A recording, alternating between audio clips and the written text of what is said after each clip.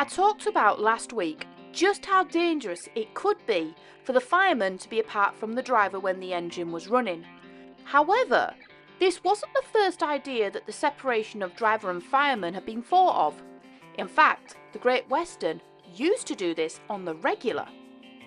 A steam railway engine, whether it be tender engine or tank engine, is perfectly adaptable to running both forward and backwards and are suitable for pushing and pulling coaches in equal measure. But while the engine is capable, it's obviously not safe to push a coach load of passengers with the fireman and driver huddled in the back of the cab. For a long time, the main options were either to run around the train on a passing loop, or in the case of larger tender engines, turn the engine on a turntable so the driver could see unobstructed.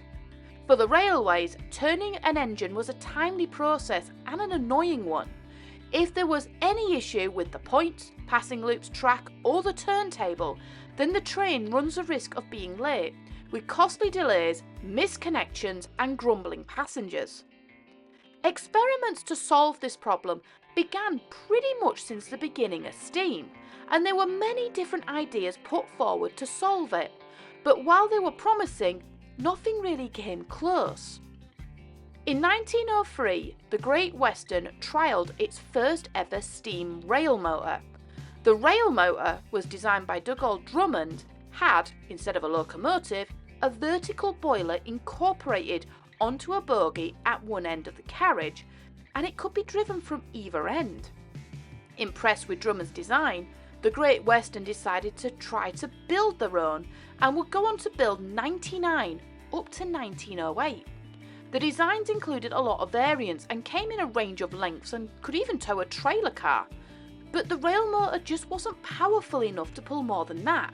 The vertical boiler simply couldn't handle the extra weight, and it was proven to be very limited. The Swindon Works went back to the drawing board and decided that rather create a new type of engine, they focused on a new type of coach. It converted almost all of its rail motor fleet into this new design. The best part is it could now double its passenger capacity. The secret?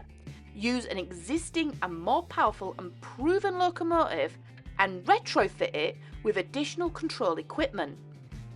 When running engine first, the steam engine and the coaches would run just like any other steam train.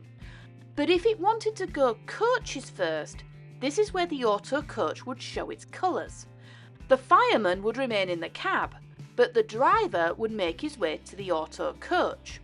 Within the Autocoach there are several controls including a regulator, brake, whistle and gauges.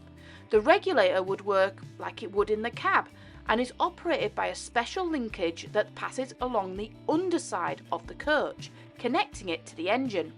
The fireman would remain behind to maintain the fire, water, gauges and valves. To overcome any communication issue, both driver and fireman, and in fact the guard, uses an electric bell system, with each ding of the bell meaning several things. In fact, many train, with conductors, use the very same system today in the UK. If you're travelling around and you're just about to leave a station, listen out for the ding-ding of the bell or a buzzer.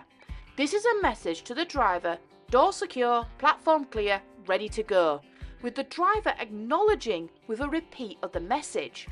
In the Autocoach, the driver can also warn the fireman of an approach by pressing a foot pedal which sets off a large metal gong, which can be seen from the outside of the cab. It can get pretty noisy in a cab, so the louder, the better. The Great Western Autocoaches proved to be a very big hit, and over 250 of them were produced. They were so numerous that more than one Autocoach was often fitted to the same train. If this was the case, the locomotive would be marshalled in the middle of the train to stop any excess play in the unused Autocoach's controls. In some areas, up to 4 Autocoaches could be used at once, with the engine sat comfortably in the middle. To help give some locomotives a more uniform look and for it to blend in with the rest of the train, the whole engine was encased in an outer body shell, even going as far as having the same chocolate and cream livery. The auto coaches were found to be perfect for many branch lines on the Great Western, and it paved the way for many single-track branch lines to be built. The system still wasn't perfect. In order for the auto coaches to be effective, they had to be facing the correct way. This meant that this was one of the few coaches that relied on turntables if needing to be turned around, and for many, seeing the auto coaches being pushed by the locomotive rather than being pulled may have been a little unsettling. But the Great Western loved them, and the auto coaches were in regular service right up until the 50s, with almost all of the major railways adopting the idea in some form or another. Although only 15 auto coaches remain from the GWR in preservation, this idea of pulling trains is still going strong. More commonly called push-pull trains, it's the most popular configuration used on the network, whether it be 2 engines at either end of the train, 1 power car in the middle, or 1 power car at one end of the train.